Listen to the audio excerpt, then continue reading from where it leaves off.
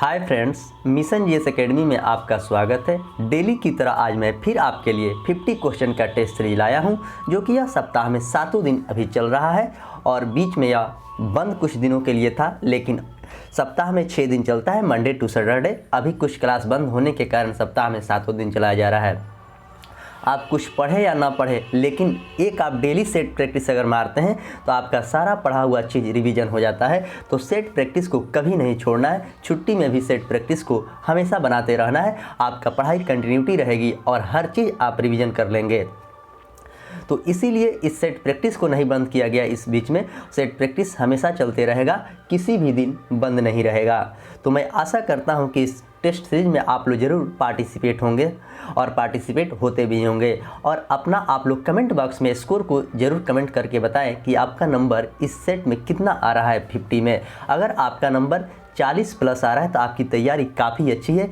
आपका रिजल्ट हर एग्ज़ाम में होने की 100% संभावना है, अगर आपका 40 नंबर सही से आता होगा तब। और जिनका 35 आता है तो उनको थोड़ा और मेहनत करने की ज़रूरत है। आज मेरा यहाँ 14 नंबर सेट है और इस बुक की बात करें तो इसमें टोटल 100 सेट है। 100 सेट 100 दिनों में ख़त्म कर दिया जाएगा, जिसमें 5000 सेलेक्टेड क्वेश्चन है। आपके एग्जाम में पूछा हुआ टोटल क्वेश्चन है और किसी भी एग्जाम में आपसे प्रीवियस 60% पूछा जाता है और 10% और आप बना दीजिएगा तो 70% पर आपका रिजल्ट हर संभव होता है। तो आप इसको अच्छे से पढ़ें और अच्छे से याद करें, और जो बात इसमें आप नहीं जानते हैं उसे आप नोटबुक में ज़रूर नोट करें। और चैनल पर जो भी लोग नए हैं चैनल को सब्सक्राइब करें, लाइक करें और बेल आइकन दबाना ना भूलें। बेल आइकन दबाइएगा तो सबसे पहले वीडियो का नोटिफिकेशन आपके पास जाएगा। और इसका पीडीएफ भी आपको टेलीग्राम में डाल दिया जाता है और टेलीग्राम का लिंक आपको वीडियो के डिस्क्रिप्शन में दे दिया जाता है, वहाँ से टेलीग्राम भी ज्वाइन कर लेंगे। तो मैं आशा करता हूँ कि यह सीरीज आपको काफ़ी अच्छा लगता होगा, तो लाइक एंड कमेंट करना ना भूलिएगा। तो चलिए मैं सेशन की शुरुआत करता हूँ। आज का पहला क्वेश्चन क्या है देखते हैं। निम्नलिखित में से किसकी नियुक्ति राष्ट्रपति के द्वारा किया जाता है? 4 ऑप्शन आपके सामने दिया गया है। इसमें पूछा गया है कि राष्ट्रपति के द्वारा नियुक्ति किसका किया जाता है। तो नीति आयोग के उपाध्यक्ष, वित्त आयोग के अध्यक्ष, प्रधानमंत्री के मुख्य सचिव और लोकसभा के अध्यक्ष।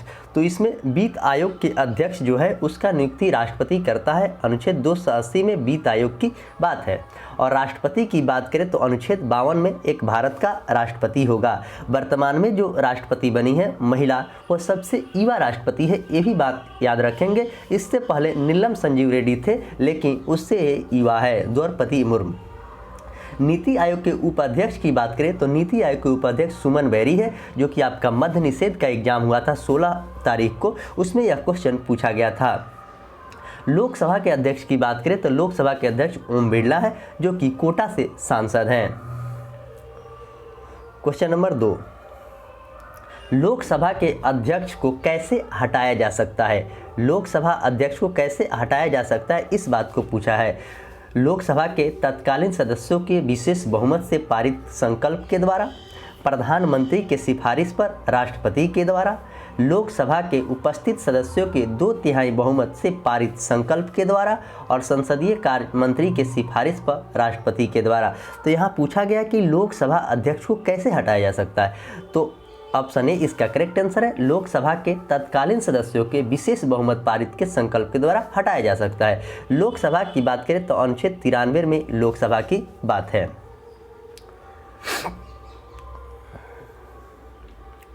क्वेश्चन नंबर 3, बहुयामी निर्धनता सूचकांक का संकेत नहीं है। बहु निर्धनता, स्वच्छता, बाल मृत्यु दर, पेयजल और आय। इसमें पूछा गया है कि कौन सा नहीं है, तो आपको इसमें आय नहीं है, लेकिन स्वच्छता, बाल मृत्यु दर और पेयजल ये सभी है। क्वेश्चन नंबर 4, तुगलक काल में बिहार की राजधानी थी। तुगलक काल, तुगलक वंश के संस्थापक ग्यासुद्दीन तुगलक थे, जो कि दिल्ली सल्तनत में सबसे ज़्यादा शासन करने वाला तुगलक वंश था और सबसे कम आपको खिलजी वंश था। तो पाटलिपुत्र, गया, बिहार शरीफ और भागलपुर। तो तुगलक वंश की बिहार की राजधानी की बात करें तो उनकी राजधानी आपको बिहार शरीफ थी। पाटलिपुत्र में गौतम बुद्ध का तीसरा बौद्ध संगति हुआ था। गया में गौतम बुद्ध को ज्ञान की प्राप्ति हुई थी। क्वेश्चन नंबर 5, प्रकाश संश्लेषण के दौरान पैदा होने वाली ऑक्सीजन का स्रोत क्या है? प्रकाश संश्लेषण के दौरान पैदा होने वाली ऑक्सीजन का स्रोत जल, कार्बन डाइऑक्साइड, प्रकाश और क्लोरोफिल। तो इसका आंसर की बात करें तो इसका आंसर हो जाएगा आपको ऑप्शन ए यानी कि जल। वायुमंडल में कार्बन डाइऑक्साइड की मात्रा 0.03% होता है और सबसे ज़्यादा आपको नाइट्रोजन 78% होता है। क्वेश्चन नंबर 6, ऋग्वेद में 9वें मंडल का संबंध किस देवता से है? ऋग्वेद का जो 9वां मंडल है उसका किस देवता से संबंध है? ऋग्वेद में 10 से 28 सूक्त है, 10,462 ऋचाएँ हैं और इसके पढ़ने वाले को होत्री कहते हैं। गाय को न मारे जाने योग्य को अग्न्या कहा गया है। अग्रिम, वरुण, इंद्र और सोम। तो 9वें मंडल की बात करें तो 9वें मंडल में आपको सोम देवता का उल्लेख है। क्वेश्चन नंबर 7, नेशनल हेराल्ड अखबार का संस्थापक कौन है? नेशनल एक हेराल्ड पत्रिका अखबार आता है, उसका संस्थापक पूछा गया कौन है? तो मोतीलाल नेहरू, जवाहरलाल नेहरू, के.एम. पनिकर और सच्चिदानंद सिन्हा। तो इसका आंसर की बात करें तो जवाहरलाल नेहरू के द्वारा हुआ था। और सच्चिदानंद सिन्हा की बात करें तो ये संविधान सभा के प्रथम उपाध्यक्ष थे सच्चिदानंद सिन्हा, और सबसे बूढ़े व्यक्ति थे उस समय, तो इनको संविधान सभा के उपाध्यक्ष बनाया गया था। उसके 2 दिन बाद संविधान सभा के अस्थायी अध्यक्ष डॉक्टर राजेंद्र प्रसाद को बनाया गया, जो कि भारत के प्रथम राष्ट्रपति और सबसे ज़्यादा दिन तक राष्ट्रपति रहने वाले हैं। उनका बिहार में सीवान के जीरादेई में उनका जन्म 1884 में हुआ था। क्वेश्चन नंबर 8, प्राथमिक इंद्रधनुष में क्या होता है? जो प्राथमिक इंद्रधनुष होता है उसमें क्या होता है? 2 बार अपवर्तन, 1 बार कुल आंतरिक परावर्तन। 2 बार अपवर्तन, 2 बार कुल आंतरिक परावर्तन, 1 बार अपवर्तन, 1 बार परावर्तन, 1 बार अपवर्तन और 1 बार कुल आंतरिक परावर्तन। तो देखिए ऑप्शन को इतना कॉम्प्लिकेटेड बनाया जाता है कि थोड़ा सा अगर आप मिस्टेक करते हैं तो इसमें गलती होने की 100% संभावना है। तो इसका आंसर हो जाएगा आपको 2 बार अपवर्तन और 1 बार कुल आंतरिक परावर्तन। इंद्रधनुष की बात करें तो यह कभी भी सूर्य के अपोजिट दिशा में लगता है। दोपहर 12 बजे इंद्रधनुष कहीं भी नहीं लगता है। यह क्वेश्चन पूछता है और स्टूडेंट जल्दीबाजी में इसे गलती कर देते हैं। क्वेश्चन नंबर 9, मास्टर्ड गैस का उपयोग किया जाता है। जो मास्टर्ड गैस है उसका उपयोग ईंधन गैस के रूप में, रासायनिक युद्ध में, सरसों के तेल के स्रोत में और निर्गंधीकरण के रूप में। तो मास्टर्ड का आपका उपयोग किया जाता है रासायनिक युद्ध में। क्वेश्चन नंबर 10,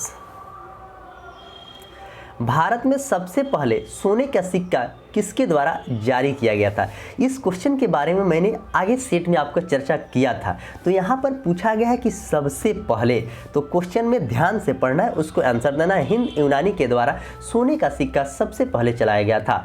और सबसे शुद्ध कहेगा तो कुषाण शासक के द्वारा चलाया गया था। और सबसे ज़्यादा कहेगा सोने का सिक्का तो गुप्त शासक के द्वारा चलाया गया था। तो तीनों चीज़ को आप अच्छे से याद रखेंगे। तीनों में कहीं ना कहीं एक चीज़ आपके एग्जाम में पूछने की काफ़ी ज़्यादा संभावना है। क्वेश्चन नंबर 11, आइए क्वेश्चन नंबर 11 देखते हैं।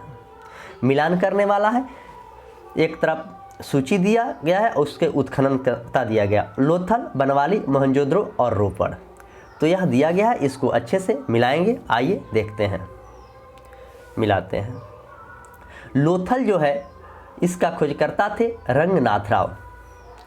बनवाली जो है रविंद्र सिंह बिष्ट। मोहनजोदड़ो जो है राखाल दास बनर्जी और रोपड़ जो है यज्ञदत्त शर्मा। तो इस तरह ए का हो जाएगा आपको 1, बी का हो जाएगा 3, सी का हो जाएगा 2 और डी का हो जाएगा 4। तो इस तरह इसका आंसर की बात करें तो आंसर हो जाएगा इसका ऑप्शन डी। क्वेश्चन नंबर 12, निम्नलिखित में से किसे अजातशत्रु के लोकप्रिय उपनाम से जाना जाता है? अजातशत्रु के जयप्रकाश नारायण को, जगजीवन राम को, कर्पूरी ठाकुर को, डॉक्टर राजेंद्र प्रसाद को। तो किसे जाना जाता है? तो डॉक्टर राजेंद्र प्रसाद को जाना जाता है। जयप्रकाश नारायण ने 1974 में संपूर्ण क्रांति का नारा दिया था।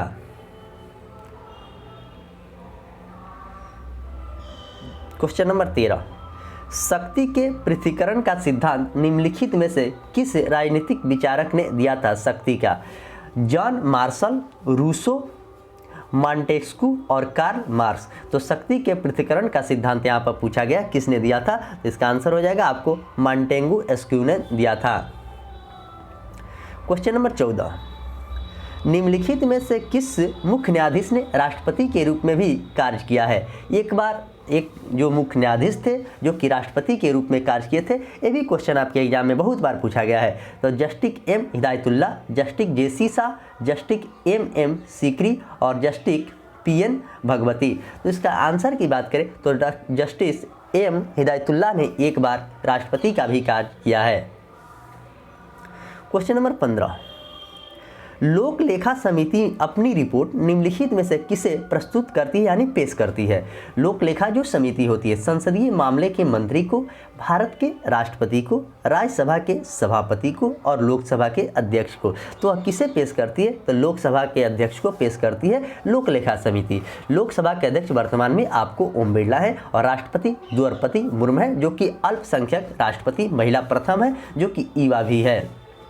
राज्यसभा के सभापति आपको उपराष्ट्रपति होता है जो कि जगदीश धनखड़ जी आपको उपराष्ट्रपति है। क्वेश्चन नंबर 16, पाराबैंगनी किरणें, एक्स किरणें, सूक्ष्म किरणें, गामा किरणें का तरंग दैर्घ्य आरोही क्रम में सजाएं। आरोही क्रम में बोल रहा है सजाने के, आइए इसको सजाते हैं। तो सबसे पहले हो जाएगा आपको सूक्ष्म किरणें, उसके बाद पाराबैंगनी किरणें, तब एक्स किरणें, उसके बाद गामा किरणें। इस तरह इसका आंसर की बात करें तो ऑप्शन सी इसका करेक्ट आंसर है। क्वेश्चन नंबर 17, बिहार में कैदियों के द्वारा नंगी हड़ताल किस आंदोलन के दौरान किया गया था? कैदियों के द्वारा नंगी हड़ताल, स्वदेशी आंदोलन, असहयोग आंदोलन, सविनय अवज्ञा आंदोलन और भारत छोड़ो आंदोलन। तो किस आंदोलन में इस बात को किया गया था?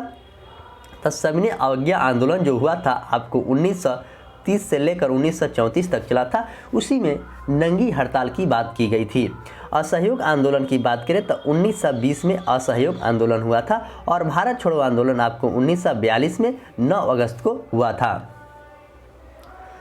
स्वदेशी आंदोलन 1919 में हुआ था, ये भी बात याद रखेंगे। जो चारों ऑप्शन के बारे में आपके सामने जो डिस्कशन किया गया है कहीं ना कहीं आपके एग्जाम में क्वेश्चन रहता है। क्वेश्चन नंबर 18, अस्थाई बंदोबस्त के अंतर्गत आने वाले क्षेत्र निम्न में से कौन सा शामिल नहीं है? अस्थाई बंदोबस्त बंगाल, सिंध, उड़ीसा और असम। तो इसमें पूछा गया कि कौन सा नहीं है, तो नहीं का चर्चा किया गया। तो इसका आंसर की बात करें तो सिंध नहीं है, बंगाल, उड़ीसा और असम है। आइए क्वेश्चन नंबर 19 देखते हैं। क्वेश्चन नंबर 19 कह रहा है अगस्त घोषणा निम्नलिखित में से किसके द्वारा की गई थी? ये भी क्वेश्चन आपके एग्जाम में बहुत बार पूछा गया है। Lord Linlithgow, Lord Irwin, Montagu और मोहम्मद अली जिन्ना।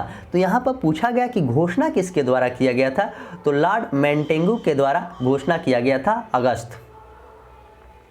अगस्त घोषणा किया गया था। लॉर्ड मॉन्टेगू का शासनकाल की बात करें तो 1916 से लेकर 1921 तक इनका शासनकाल था और लॉर्ड लिनलिथगो की शासनकाल की बात करें तो 1936 से लेकर 1942 तक इनका शासनकाल था और लॉर्ड इरविन के शासनकाल की बात करें तो 1926 से लेकर 1931 तक था। तो तीनों वायसराय को अच्छे से शासनकाल आप याद रखेंगे। जब आपको शासनकाल अच्छा से याद हो जाएगा तो आपका गलती एग्जाम में नहीं होगा। क्वेश्चन नंबर मिलान करना है, एक तरफ सूची 1 है, एक तरफ सूची 2 है। तो आइए इसको मिलाते हैं। मैग्नीशियम जो है आपको टैल्क है, पोटेशियम जो है आपको नाइटर है, कैल्शियम जो है आपको फास्फोरस है और मैग्नीज जो है पैरोसाइलाइट है। तो इस तरह इसका आंसर की बात करें तो 4, 3, 2 और 1 यानी ऑप्शन ए इसका करेक्ट आंसर है।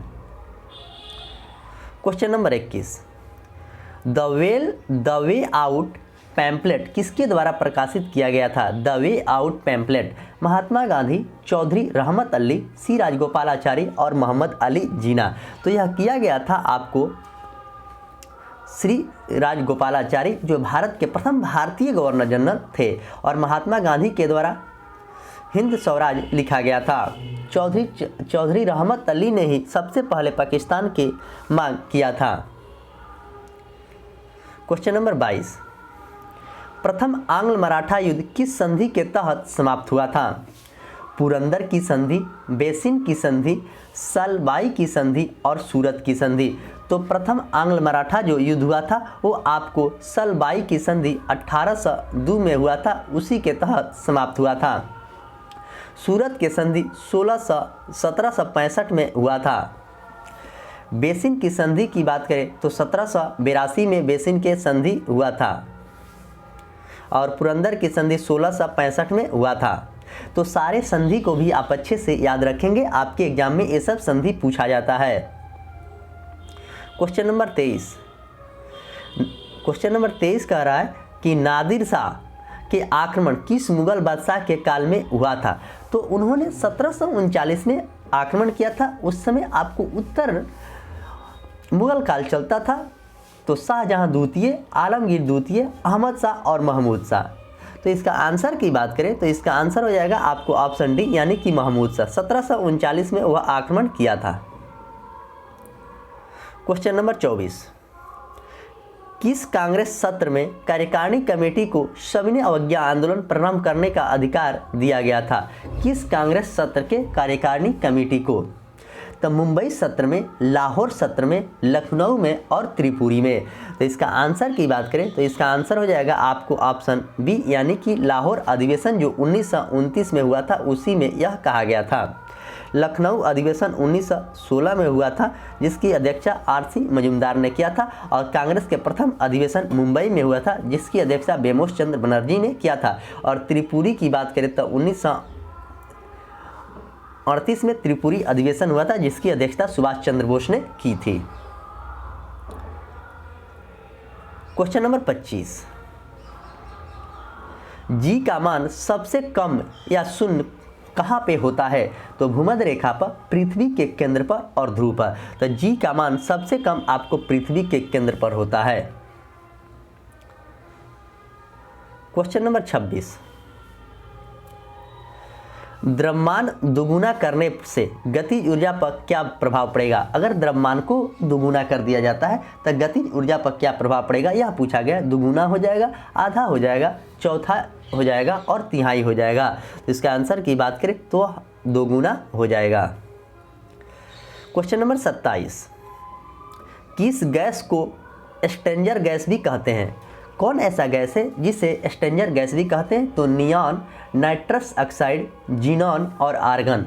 तो कहा जाता है आपको जीनॉन को कहा जाता है स्ट्रेंजर गैस, नियॉन भी आपको अक्रिय गैस है, आर्गन भी अक्रिय गैस है और नाइट्रस ऑक्साइड का शुद्ध N2O होता है।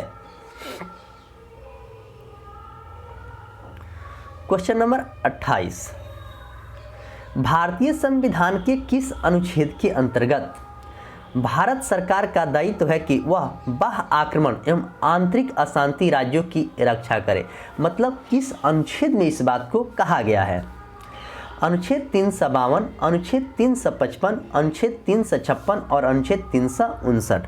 तो इसका आंसर की बात करें तो अनुच्छेद 355 के तहत इस बात को कहा गया है कि भारतीय संविधान के बाह्य आक्रमण और आंतरिक अशांति से राज्यों को रक्षा करेगा। तो यह किस अनुच्छेद में? तो 355 में है। राष्ट्रपति शासन की बात करें तो 356, वित्तीय आपात की बात करें तो 360, जो कि अभी तक एक भी बार नहीं लगा है। और 352 में आपको राष्ट्रीय आपात की बात है और राष्ट्रीय आपात अभी तक आपको 3 बार लगा है। एक 1962 में लगा है, दूसरा आपको 1971 में लगा है और तीसरा की बात करें तो 1975 में लगा है। तो ये सारे चीज़ को अच्छे से आप याद कर लेंगे और जो बात आपको जानकारी नहीं है उसे अपने नोटबुक में जरूर नोट करेंगे। आइए अगला क्वेश्चन नंबर 29 देखते हैं। घाटे की वित्तीय व्यवस्था का अर्थव्यवस्था पर क्या प्रभाव पड़ता है? मुद्रा आपूर्ति की कमी, मुद्रा आपूर्ति में वृद्धि, करों में कम और इनमें से कोई नहीं। घाटे की वित्तीय व्यवस्था की बात यहाँ पर पूछा गया है। तो इसका आंसर की बात करें तो मुद्रा की आपूर्ति में वृद्धि। आइए क्वेश्चन नंबर 30 देखते हैं।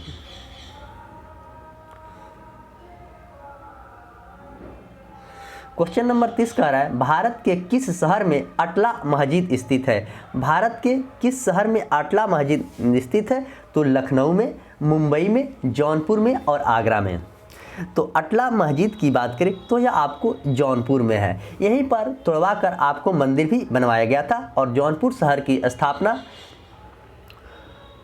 जौना खां के द्वारा की गई थी। लखनऊ नवाबों का शहर कहा जाता है, मुंबई सूती वस्त्र का शहर कहा जाता है और आगरा को पेठा नगरी भी कहा जाता है। तो ये सारे शहर आपको, एक मुंबई को छोड़कर 3 शहर आपको उत्तर प्रदेश के हैं और मुंबई तो आपको महाराष्ट्र के है।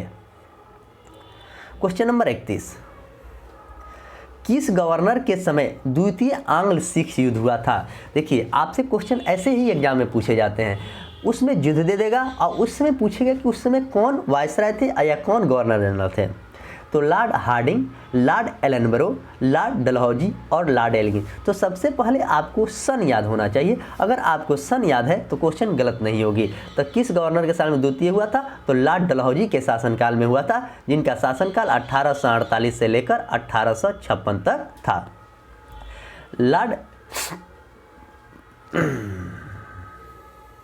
क्वेश्चन नंबर 32, महलवारी व्यवस्था किसके द्वारा लागू किया गया था? जो महलवारी व्यवस्था था वह किसके द्वारा लागू किया था?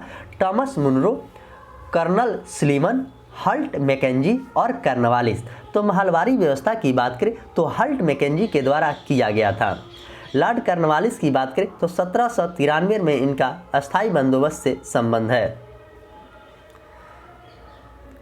क्वेश्चन नंबर 33, राज्यपाल के द्वारा जारी किए गए अध्यादेश की स्वीकृति आवश्यकता है। तो सबसे पहले आपको याद होना चाहिए कि राज्यपाल 213 के तहत अध्यादेश जारी करता है और राष्ट्रपति आपको 123 के तहत अध्यादेश जारी करता है। तो दोनों चीज़ को आप अच्छे से याद रखेंगे। कभी आपसे अनुच्छेद पूछा जाता है, कभी अनुच्छेद दे देगा, उसके बाद पूछेगा कौन किससे जारी करता है। तो प्रधानमंत्री, राष्ट्रपति, संसद और विधानसभा। तो इसका आंसर की बात करें तो इसका आंसर हो जाएगा विधानसभा के द्वारा किया जाता है।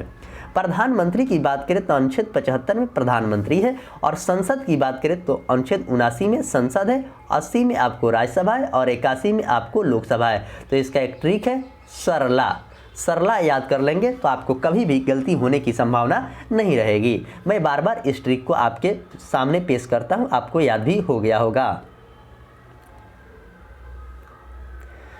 क्वेश्चन नंबर 34, किस संविधान संशोधन के द्वारा राज्यों को सामाजिक शैक्षणिक दृष्टि से पिछड़े वर्ग, अनुसूचित जाति एवं जनजाति के लिए शैक्षणिक संस्थानों में आरक्षण प्रदान करने हेतु विशेष उपबंध बनाने की शक्ति प्रदान किया गया है? तो आइए संशोधन देखते हैं। 92वां संविधान संशोधन 2003, 93वां संविधान संशोधन 2005 और 94वां संविधान संशोधन अधिनियम 2006 और 95वां संविधान संशोधन अधिनियम 2009। तो इसका आंसर की बात करें तो इसका आंसर हो जाएगा आपको 93वां संविधान संशोधन 2005 में इस बात को की गई थी। बाकी इम्पोर्टेंट नहीं है, लेकिन आप इसे पढ़ लेंगे, अच्छे से देख लेंगे, एग्जाम में कुछ भी पूछा जा सकता है। क्वेश्चन नंबर 35, विधान परिषद की कुल सदस्यों में कितना सदस्य राज्य में रह रहे स्नातकों के द्वारा निर्वाचित किया जाता है? विधान परिषद में कुल सदस्यों का 1/12, कुल सदस्यों का 1/3, कुल सदस्यों का 1/6 और कुल सदस्यों का 1/4। तो इसका आंसर की बात करें तो कुल सदस्यों का 1/12 सदस्य को निर्वाचित किया जाता है स्नातकोत्तर को, यानी कि जो पीजी किया रहता है, जो मास्टर डिग्री लिया रहता है। 1/6 राज्यपाल को करता है। क्वेश्चन नंबर 36, मंदिर का निर्माण कला जन्म किस काल में हुआ था? मौर्य काल में, मौर्योत्तर काल में, गुप्त काल में और कुषाण काल में। तो मंदिर के निर्माण की बात कर रहा है तो मंदिर के निर्माण आपको गुप्त काल में हुआ था।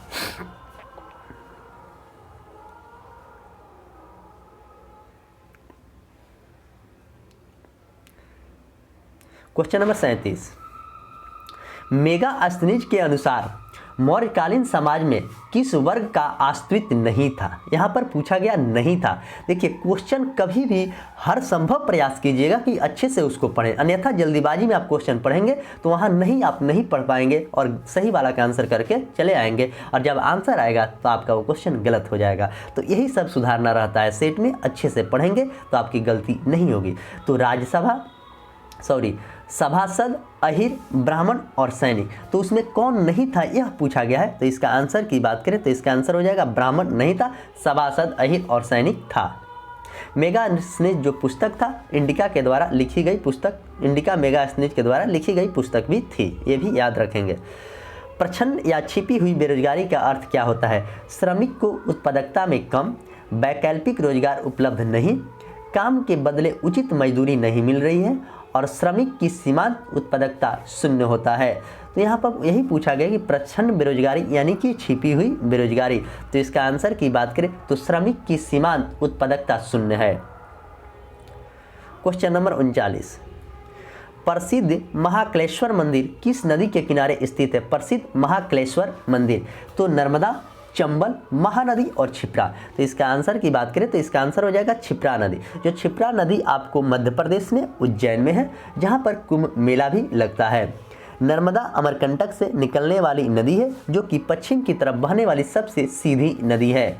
महानदी उड़ीसा से निकलती है और चंबल नदी के किनारे कोटा शहर बसा हुआ है। क्वेश्चन नंबर 40, निम्नलिखित में से कौन घुमक्कड़ जनजाति नहीं है? घुमक्कड़ जनजाति नहीं है। कजाक, मसाई, लेप्चा और पिग्मी। तो कौन सा नहीं है यह बात पूछा गया है, तो आपको ऑप्शन डी पिग्मी नहीं है। लेप्चा आपको सिक्किम में पाया जाता है। आइए क्वेश्चन नंबर 41 देखते हैं। क्वेश्चन नंबर 41 कह रहा है 2011 के जनगणना के अनुसार निम्नलिखित जनजातियों में कौन सबसे बड़ा समूह है? देखिए यह क्वेश्चन बीपीएससी 67वीं का जो प्रीलिम्स का एग्जाम हुआ था उसमें इस क्वेश्चन को पूछ दिया गया था। तो भील, गोंड, संथाल और नए कदा, सेम क्वेश्चन यही था। तो इसका आंसर की बात करें तो भील इसका करेक्ट आंसर है और बीपीएससी भी इसका आंसर भील ही दिया है। लेकिन बहुत सारे स्टूडेंट गोंड को मारे थे, लेकिन गोंड पहले था अब नहीं है। क्वेश्चन नंबर 42, शीत ऋतु में भारत के उत्तरी भाग में वर्षा होती है दक्षिण पश्चिम मानसून से, पश्चिमी विक्षोभ से, बंगाल की खाड़ी के मानसून से और लौटते हुए मानसून से। शीत ऋतु में यहाँ पर पूछा गया तो इसका आंसर हो जाएगा पश्चिमी विक्षोभ के कारण होता है। क्वेश्चन नंबर 43, निम्नलिखित में से कौन सी नदी भूमि बंधित नदी है? तो गंगा, कावेरी, कोसी और लूनी।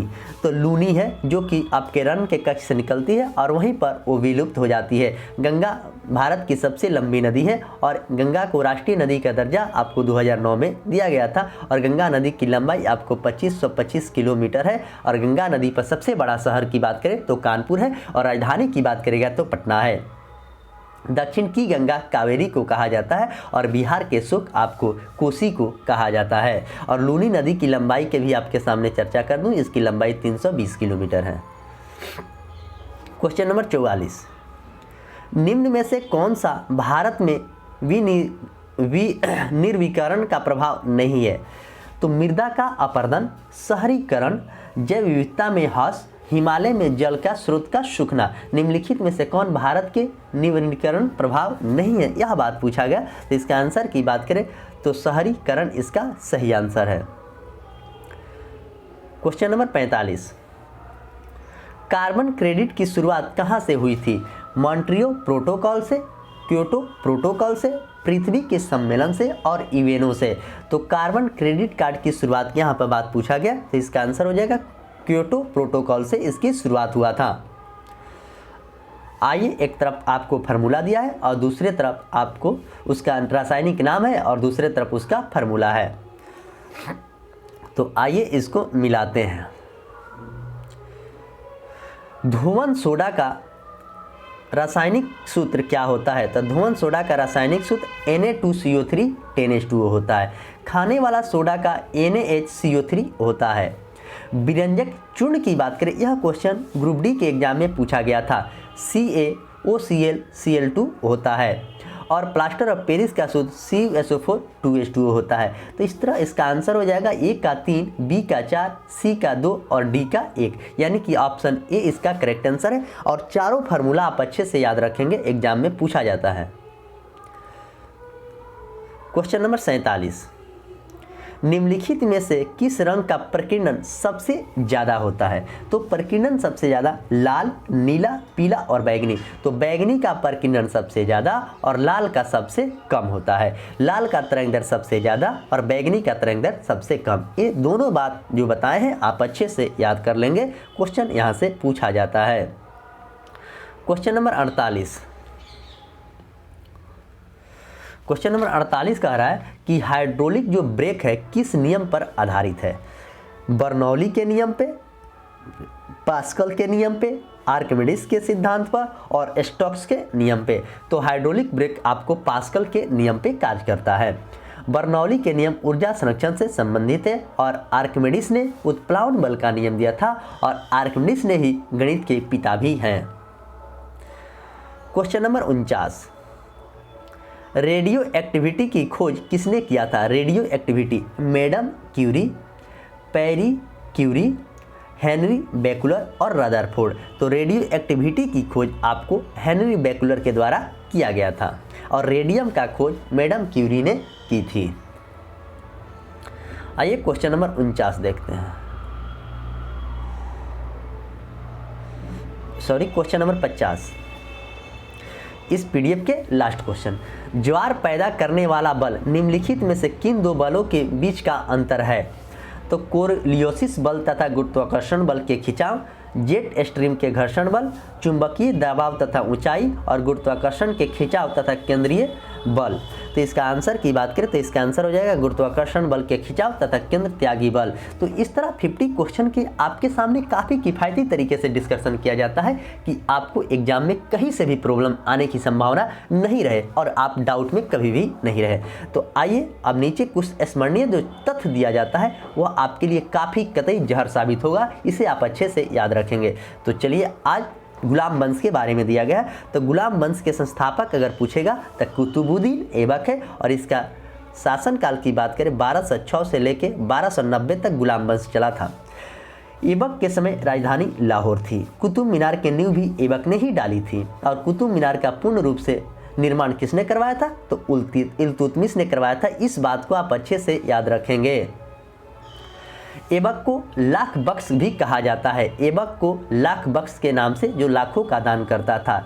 ऐबक ने अजमेर में 2.5 दिन का झोपड़ा और दिल्ली के कुवत इल इस्लाम का निर्माण भी करवाया था। बख्तियार खिलजी और ऐबक के सेनानायक तथा जिसे नालंदा विश्वविद्यालय को ध्वस्त करवाया था। यह भी क्वेश्चन आपके बीपीएससी के एग्जाम में पूछा था कि नालंदा विश्वविद्यालय के ध्वस्त किसने करवाया था? तो बख्तियार खिलजी ने करवाया था।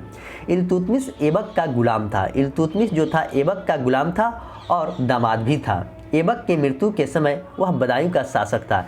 जब ऐबक की मृत्यु 1210 में हुआ था घोड़ा से गिरकर, उस समय वह बदायूं का शासक इल्तुतमिश था। इल्तुतमिश ने राजधानी लाहौर से दिल्ली को स्थानांतरित किया था। तो इल्तुतमिश ने लाहौर से दिल्ली राजधानी लाया था, इसीलिए इल्तुतमिश के गुलाम वंश के वास्तविक संस्थापक भी माना जाता है। इस बात को आप याद रखेंगे, ध्यान से क्वेश्चन पढ़िएगा। वास्तविक अगर लिखेगा तो इसका आंसर इल्तुतमिश ही होगा।